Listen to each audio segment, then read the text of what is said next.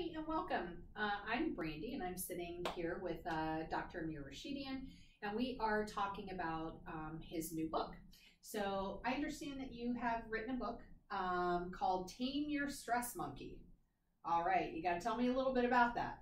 Well, first off, I think stress is getting a bad reputation these days because we're getting through the pandemic. People have been under stress. Before that, there were other things that caused people to be under stress.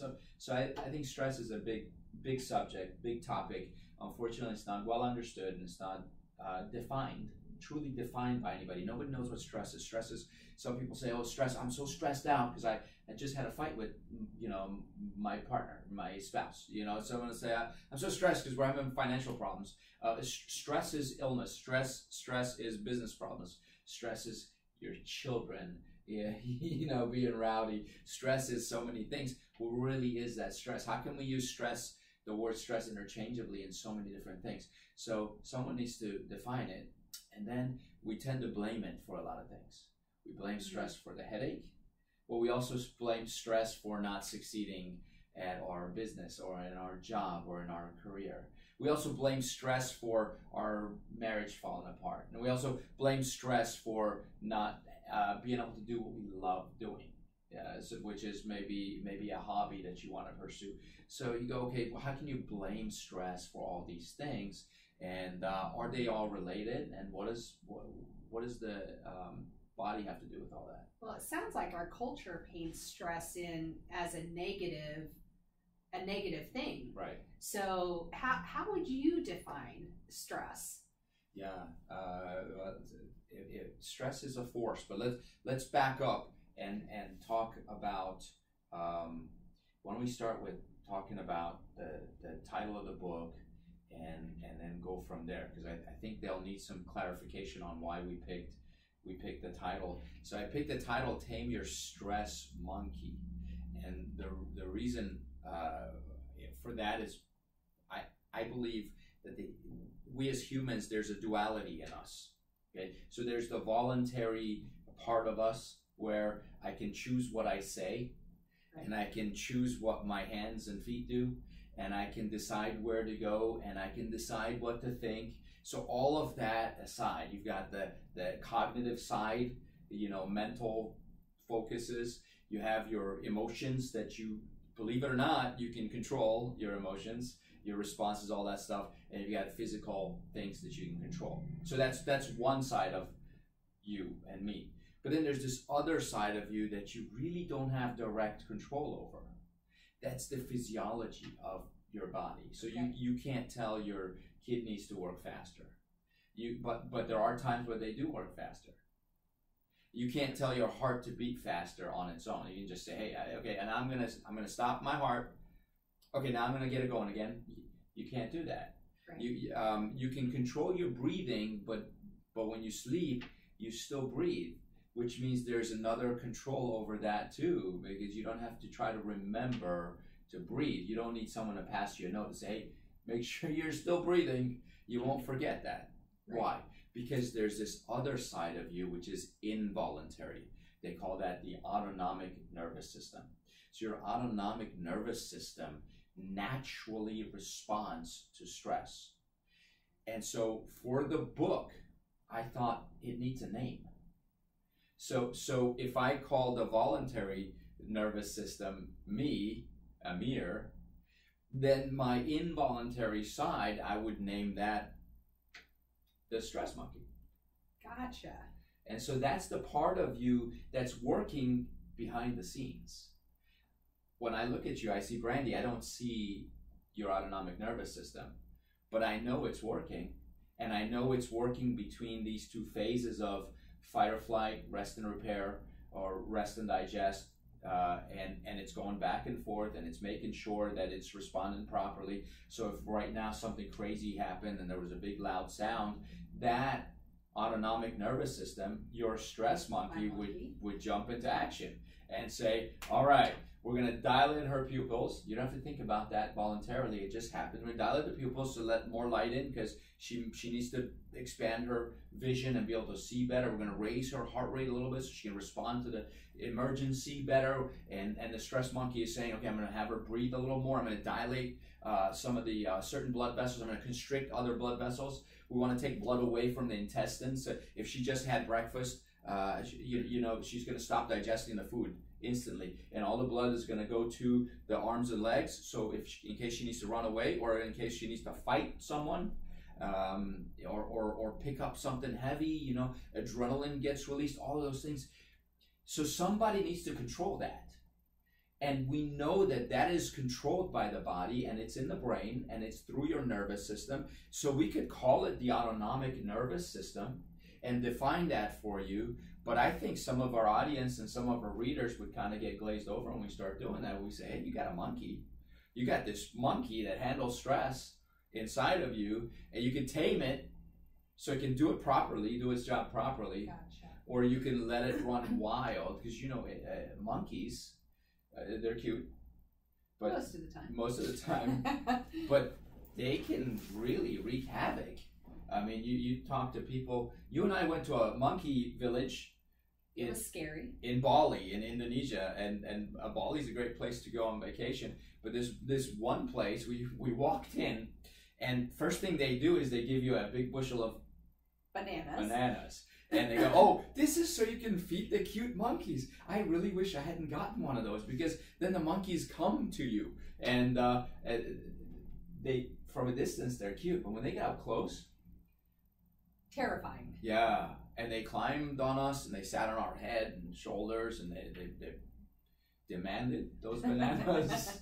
And they bit a few other people. I mean, I was kind of motionless and didn't want to mess with them, but people who tried to play with the monkeys, they got bit. And one monkey unzipped somebody's backpack, one of the tourists' backpack, and reached in there, and she tried to stop him, and she got hurt a little bit. So anyways, so you talk to people who've had monkeys as pets, they'll tell you that when they first get the monkey, it'll tear through drywall and rip out wires through and break things, and they actually go to the bathroom in the wrong places, sometimes on their owner, and they're very strong. Yeah. They're very fast.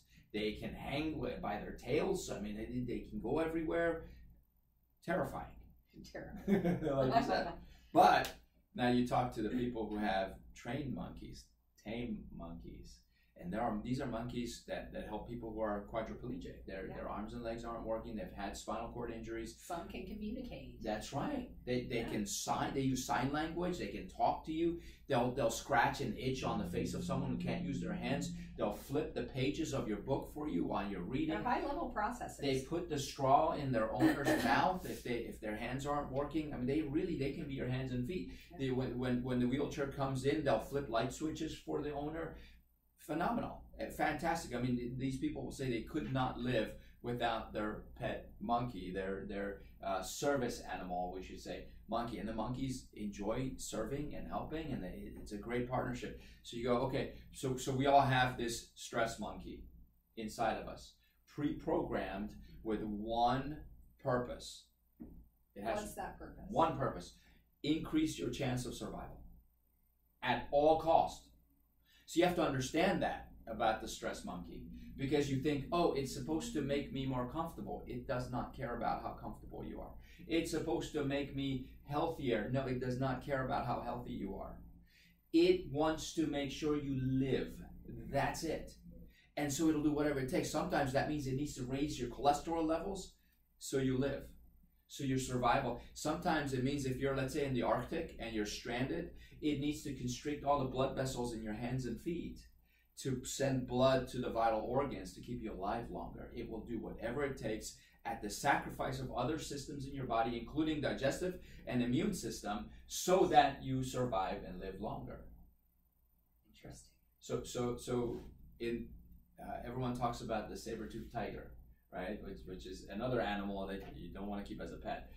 Luckily, they're extinct. But they cave people would get chased by the saber-toothed tiger, and they would run away, and they would find the cave, and they were safe. And while they were being chased, they were in fight or flight. Their stress monkey had their heart pounding and all this stuff. But then when they got into the cave, the stress monkey would say, we're going to flip the switch, and we're going to change it away from fight or flight to rest and digest. So now we need to calm things down, reduce the adrenaline, reduce the cortisol, and make sure we're meeting the system's needs of the body. So that's your stress monkey. It's like the maintenance guy inside, checking to make sure everything needs. But as long as the saber-tooth tiger is there, it doesn't do any of that. It's only worried about the tiger. So today we have a different saber-tooth tiger. Our saber-tooth tiger is maybe our job, maybe it's our boss, maybe it's our spouse. In my case, it's not my spouse. But this is my spouse. It is all the things you fear, you worry about, things you doubt, things that anger you. Those are your saber-tooth tigers. So the minute you do that, the stress monkey goes to work. The minute you worry, you go, what if? Have you ever asked the question?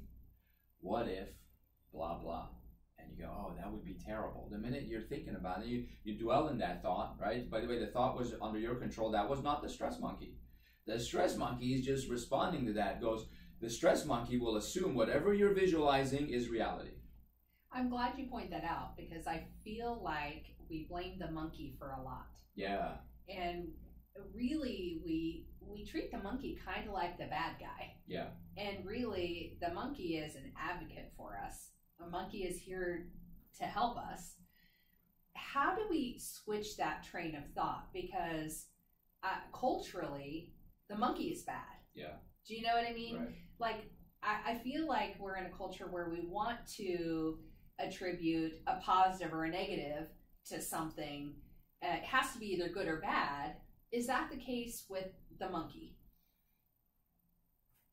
Yeah.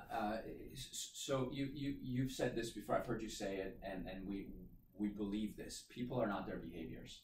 Right. So the monkey is not the monkey's behaviors. Okay. And people work perfectly based on the situation that they're in. So if you let's say we have someone who became violent and in society, we have no idea. If you put me in that situation, I may act the same way. I Gotcha. don't know that. We don't know what the other circumstances in that person's life were either. Someone will take a gun and go into public and commit an act of terrorism. We don't know what led them to that. Sure. So, but their people are not their behavior, and the monkey is not the monkey's behaviors, right? So the minute we decide that we need to tame that stress monkey, teach it, train it, prepare it. What if we trained for stress the way a prize fighter trains for their next fight? MMA is huge right now, and Conor McGregor just broke his leg in his third fight with who was the guy? I forget his Poitier, and so you go, okay, so he lost the fight, but do you think he trained for that fight? And do you think the outcome would have been different if they hadn't trained for the fight? Oh yeah. So it's about preparing. So if we say stress is ubiquitous, it's inevitable, it is ever present, and you can't do anything about it. What can we affect is ourselves. Yeah. Is what if I prepare for that? Instead of sitting around till the fight breaks out, I go, okay, I know the fight is on November 18th. I have 4 months to prepare, and I'm going to train. My chances of survival increase, and now I'm preparing my stress monkey to handle the stress of whatever that situation might be. So the monkey does culturally get a bad rep, but literally it's half of you. It's your other half. It's the part of you that you do not directly control, but you do indirectly impact it in a big way. And if you knew how to do that, and your stress monkey became this incredible, powerful force inside of you that would know how to handle every situation. Now you can take on bigger things. How many people have you heard say, I really want to start a business. Why don't you? Well, it's so stressful. It requires so much work, But my neighbor started a business, he barely sleeps. Yeah, you probably won't sleep much when you start your business either. But what if you train for that? What if I taught you how to tame your stress monkey so that you could be okay on less sleep by doing other things to feed that stress monkey in different ways? That's fascinating, because I think that we do that even unknowingly in seasons of our life, right? Women, that happens with women as they're pregnant, right? Mm-hmm. Getting ready to, and our bodies do things to prepare us for that so that we can handle that lack of sleep, which is probably why we can handle it and men can't, right? Yeah, you have a totally different stress monkey. Right. So that's really interesting that, I didn't plan to do that, right? Mm-hmm. My body just did it naturally. But what you're saying is we have the power to actually do that consciously, to consciously train our bodies to handle that. Absolutely. That's fascinating. Absolutely. I mean, part of taking prenatal vitamins. Now, I'm not going to talk about the concept of the prenatal vitamins. There's a lot of problems with that that we'll get into when we talk about supplementation and so on in the book. But that's the premise behind it, is that you're preparing for pregnancy, you're preparing for delivery, you're training for all of that. And in the book, we actually go into detail about the other things the body does. So think about this. First, the mama cell, the papa cell, they come together, form one cell. It's the baby cell. It divides into a zygote and a fetus and all of that. And it's just cells, right? Those are stem cells. Right. And those cells develop into arms and legs and facial features in the baby and all of that stuff. And while all that's happening, which is phenomenal, we go a little bit more detail into it in the book of why it's designed the way it is, because there's this creation is a beautiful thing. And the human body is, I'm going to say this, which I know a lot of you will disagree with, the human body is flawless. It is fearfully and wonderfully made. Cells, every cell was put in its place the way it's supposed to be. Every part of every cell, and the molecules that form the parts of those cells. If you could recreate that using machines and material, I would bow down to you. But we can't. Create something that grows, repairs itself, and replicates itself, and creates other beings that don't look like the first one, and populate the world, and create that through machines, through technology. We can't. Yeah.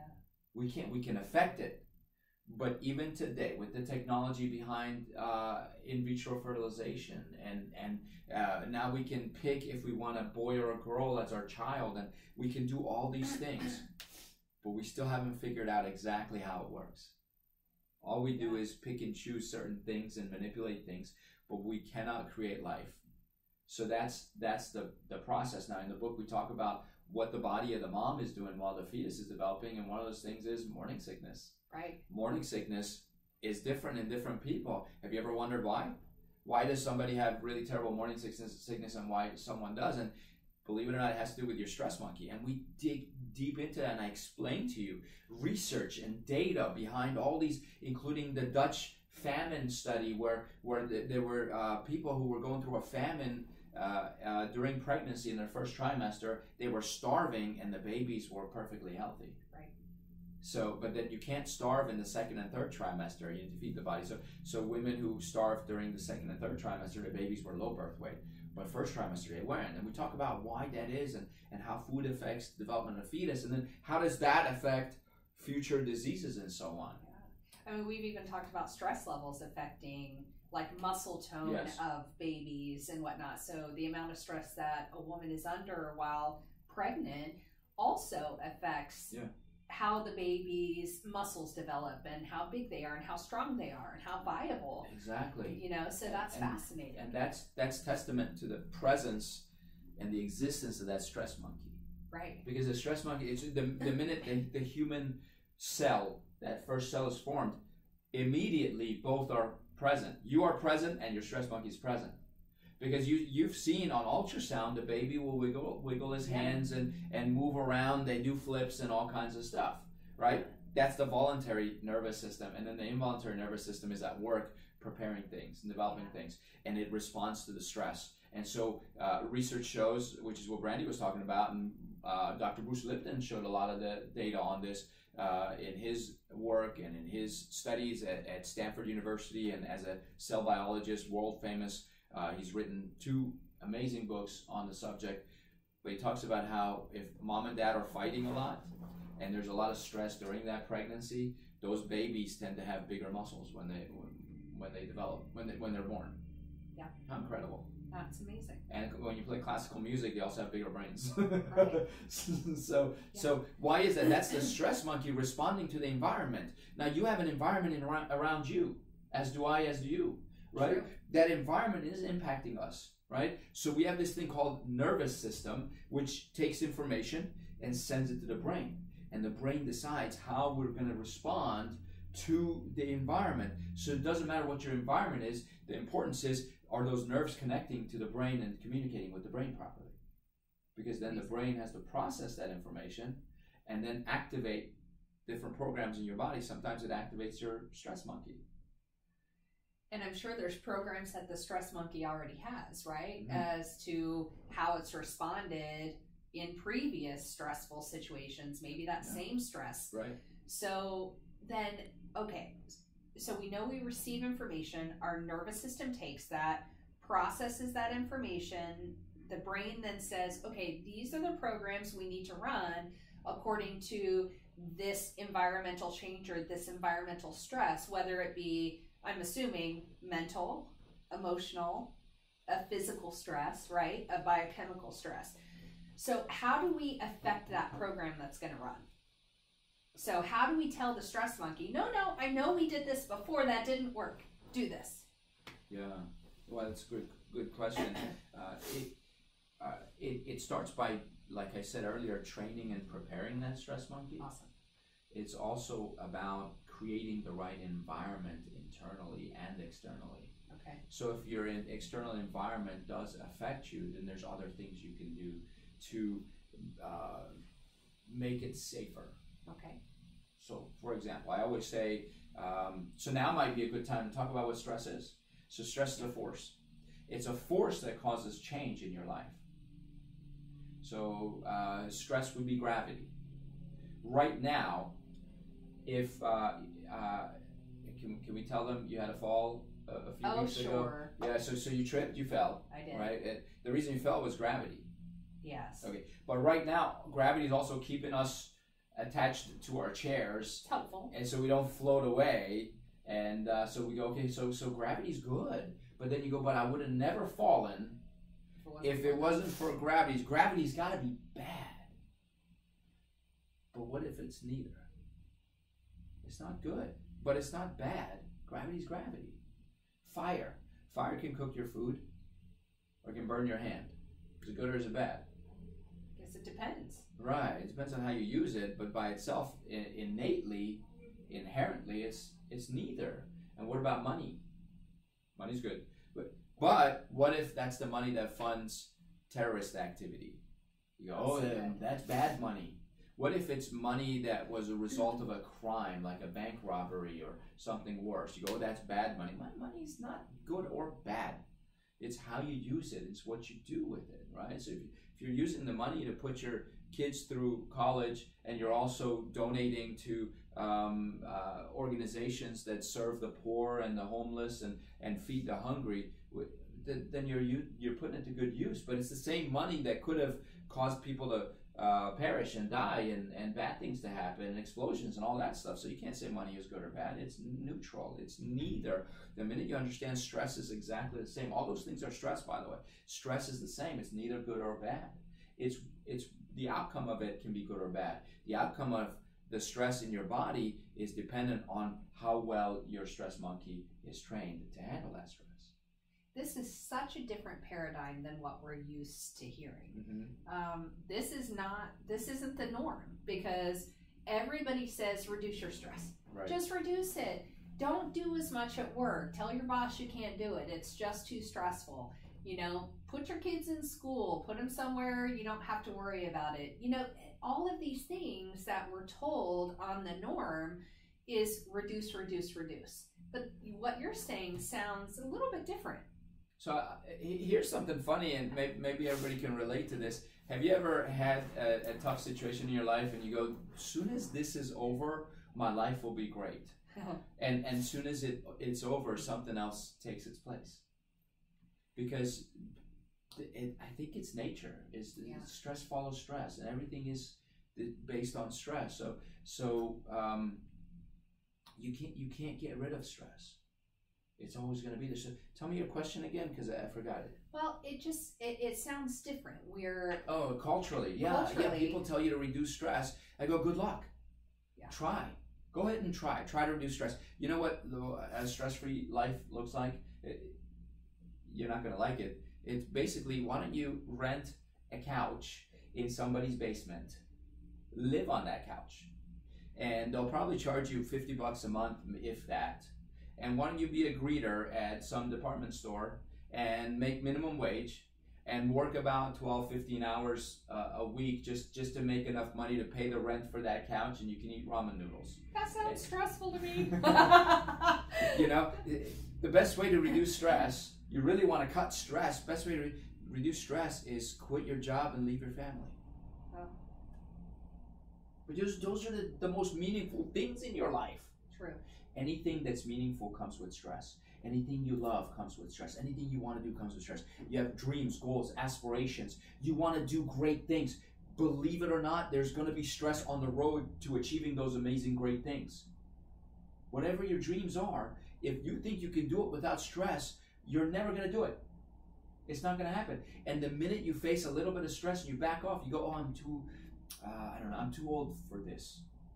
I'm too young. We've heard that before. Yeah, or I'm too young for this, or I'm not equipped for this, or I was never trained to handle this. Whatever your excuses are, it's because you faced some stress and you decided you didn't want to deal with that stress. Or your stress monkey didn't have the response that made you feel good at the time. Right. You know? Yeah. So talking about that, how amazing. So you're saying let's redefine the definition of stress, because right there alone, that's going to make a huge impact in your life.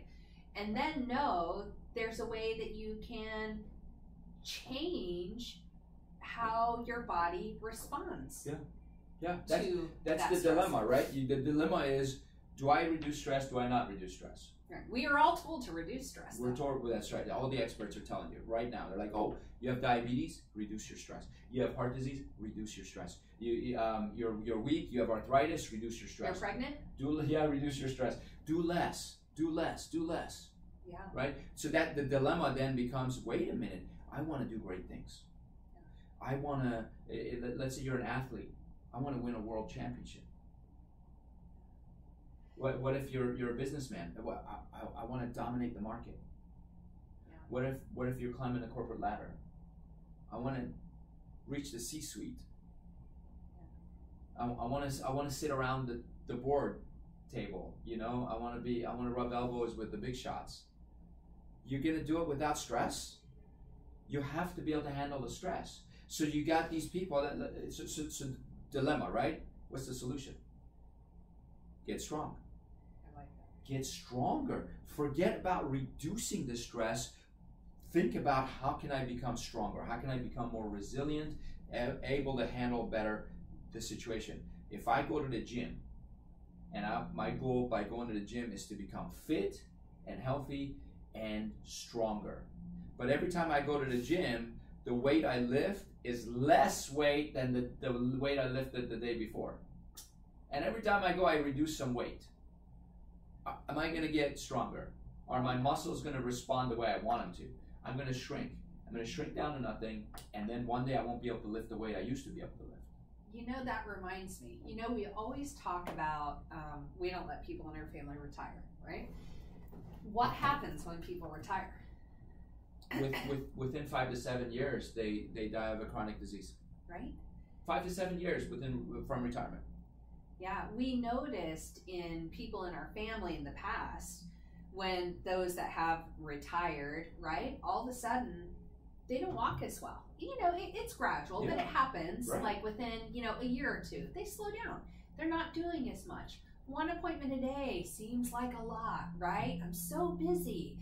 And then they start losing some of their faculties. They start losing some of their abilities. And you're like, all of a sudden you're like, that's what they classify as aging, right? But it's really not even that they've gotten older. It's that they stopped doing the things that were moving them forward. Right.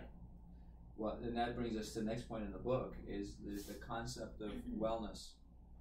Because wellness is not a destination. Wellness is a direction.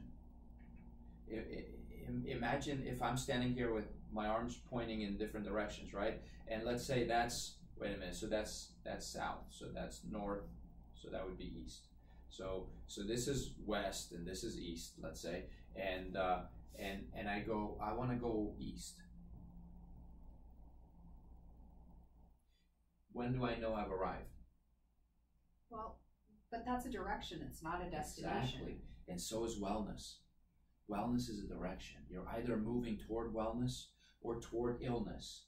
And the human body is never standing still. So there's this concept they teach you in professional schools for like doctors and you know, healthcare practitioners, and they call it homeostasis.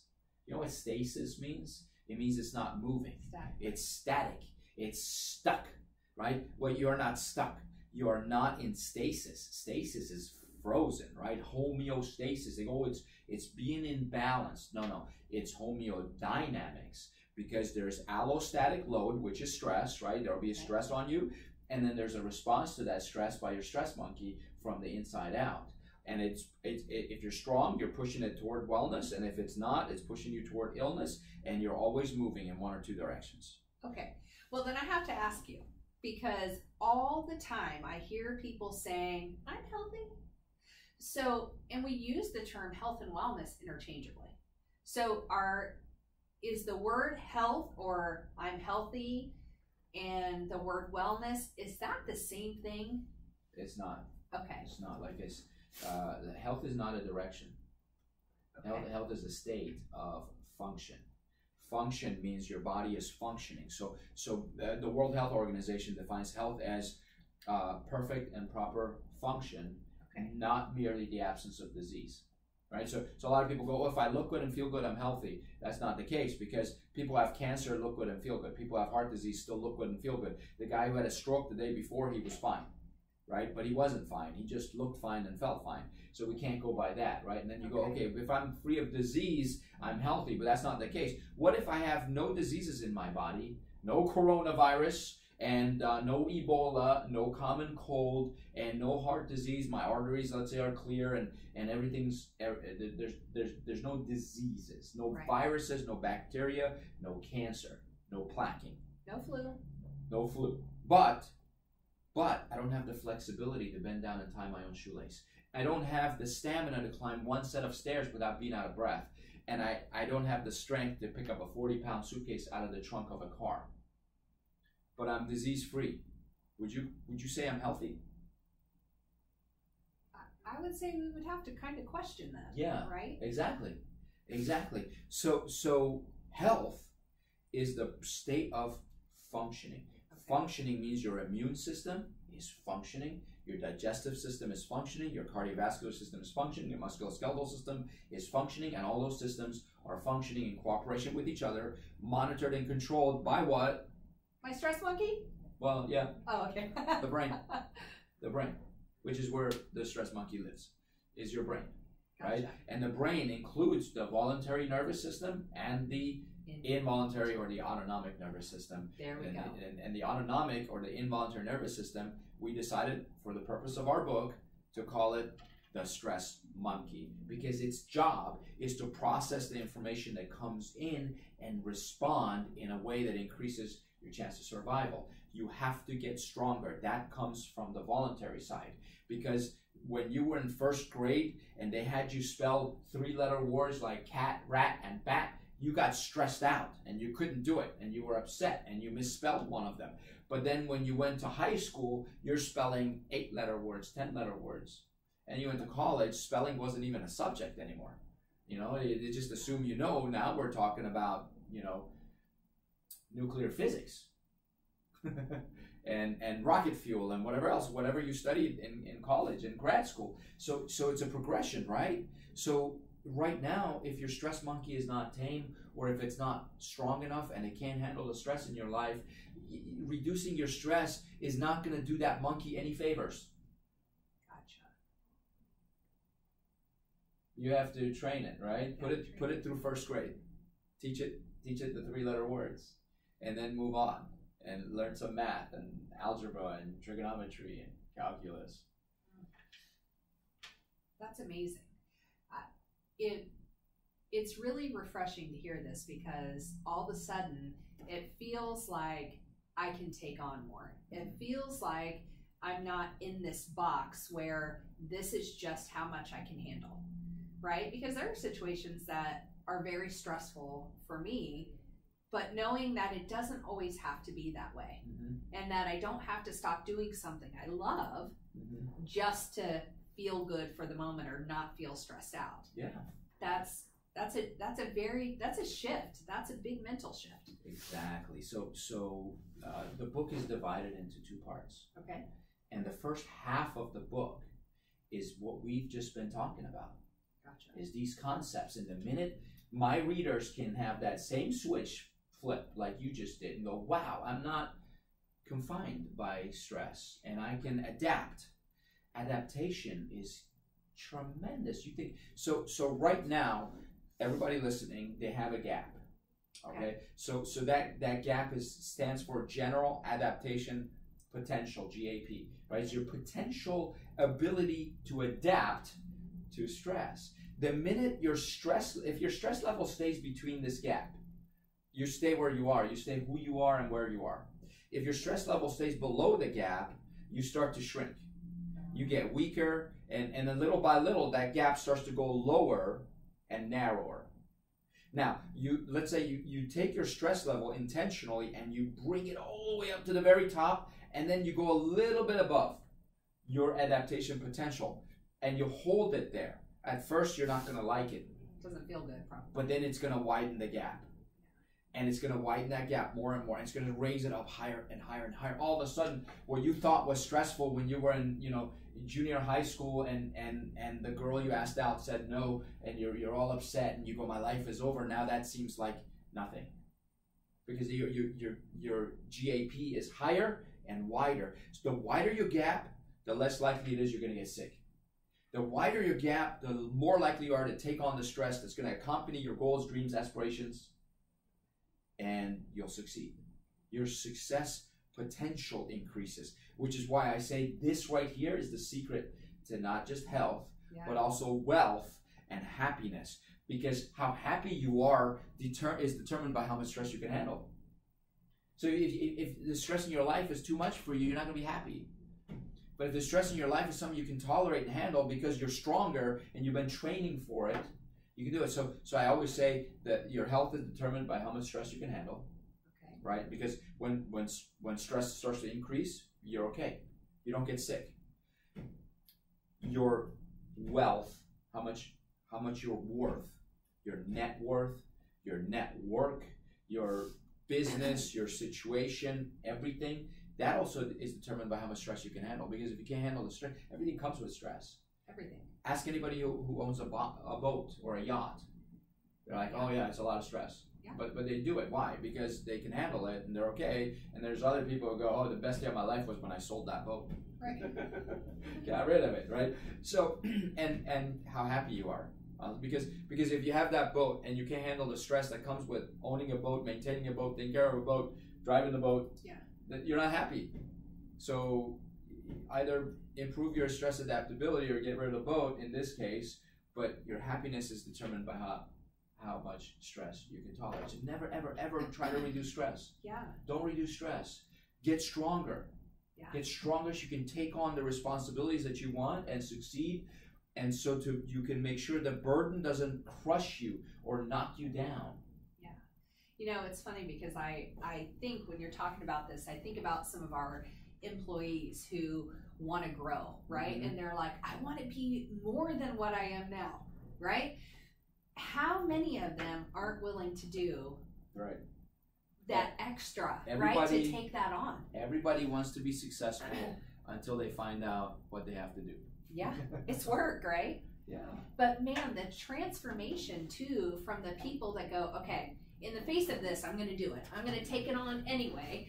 And then when you see that gap increase, man, that's a powerful moment for people, right? Yeah. That's huge. I mean, you all see it in the media. You've got multi-billionaire tycoons who are running multiple companies. Yeah. They have hundreds of thousands of employees, and they're managing it, and they're staying. Yeah. They're staying on top of it. And then you have all these people who are one-hit wonders. Yeah. They bring a company up, and then they crash, and it goes back down to nothing. And where's that company today? It's gone. It's because they were not resilient and able to handle that stress. You know. Last point I want to make, because like I said, the second half of the book is now we give you steps, 10 steps to tame that stress monkey, to increase the gap, to be able to handle the stress, so that you can go after the things you want to do, and little by little be strong enough to handle it, so it doesn't affect not just your health, but your happiness and your wealth. All of that goes together. So why does he talk about health and wealth together? Because, and this is the last point I want to make, so many people would come to me and say, why do you work so hard? Aren't you going to burn out? And I first off, I always say, I'm not going to burn out, because I'm training my stress monkey in the process.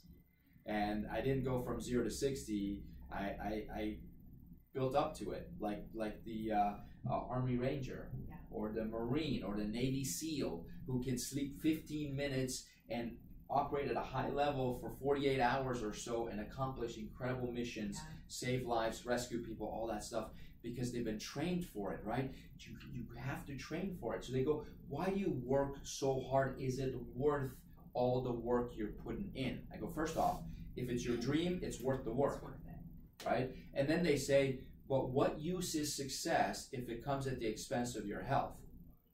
I agree, because if you're really, really successful, but you're bedridden and now you're not going to enjoy that success, it wasn't worth it. Right. But I also say this, I go, what use is good health if it comes at the expense of your life's purpose? You've always had this dream, but you're like, oh no, I got to take care of my health. So I'm not going to go after that dream. And at the end of it, you lived a healthy life, but you didn't accomplish what you always wanted. That God-given desire that's inside, that burning desire, it goes, one day I'm going to write a book. One day I'm going to start a company that's going to change lives. One day my company's going to employ 1,000 people and provide for 1,000 families. One day. But I'm more worried about my health. Right. So I'm not going to take on that stress. Well, when are you going to accomplish it? You won't. So I say health is worthless if it comes at the expense of your goals, dreams, aspirations, your future, your life's purpose. Health is only useful if you can have it both. Can you have it both? Can you have health and wealth? And the answer is yes, because the alternative is not worth it. It's the only way. It's the only way to do it. So you're thinking, well, do you have it? Do I have it? I think I do. Yeah. I have it. I mean, thankfully, we've got an amazing family. We live in an incredible home. Incredible home. We moved into it 3 years ago. Yep. It's on the side of a mountain. We have the view of a city. The sunrise is spectacular. I mean, we have all kinds of amenities on our property, large property, lots of rooms in the house. It's incredible. And we have wonderful business. We're expanding regularly. We're hiring more people on a regular basis. We're helping a lot of people. And now, hopefully, through this book, we can bless some people who otherwise are not in our area to come see us in our business and experience that. So, are we done? No, because we don't really have it set as our destination. It's our direction, right? That's right. We're just moving towards And our life purpose. And do you think because we're at the level we're at, the health, the wealth, the happiness, we got it all, do you think that there isn't going to be any more stress in our life? Oh no, we have stress all the time. We have stress all the time. All the time. And are we going to try to get better at handling that stress? Yeah. On a regular basis. Yeah. And in fact, both of us were in the gym lifting weights at 6:30 this morning. That's not my forte, 6:30. But she did it. Did it. And we had a nice hour and 10-minute hard, heavy legs workout. And then we went to a board meeting. And then we decided to come here and do this video. And our day is just starting. It's 11 o'clock in the morning. And I'm on my way to another meeting at one of our other locations. I need to meet with the staff there, and then I need to have 4 hours of treating patients this afternoon. And I mean, it's one thing after another. And you know what? 10 years from now, when I look back at today's schedule, I'm going to go, that wasn't busy. That was easy. That wasn't. My life was so simple and easy. Which is what we do now, looking back 10 years back. Exactly. Yeah, which is amazing. Exactly. So where do you want to be in 10 years? Do you want to still be saying, I need to pursue that goal and that dream, but it's too stressful? Or do you want to say, hey, I'm 10 years into it, I'm having a blast, I'm enjoying the ride, and I'm going to do more. Yeah. And when people come up to you and say, why do you work so hard? You say, because I can. Yeah. Because I have a purpose, because I have a dream, and I'm going for it, and I'm going to get there, and I'm going to enjoy every step of it because I'm taking care of my health in the process. And listen, you're a stress monkey, get my book. The Stress Monkey is what's going to help you do it. But you have to learn how to tame that stress monkey so that it knows exactly how to take care of you through stressful times. I love it. Great job. I'm looking forward to hearing more. All right. Well, thank you. We'll talk to you later.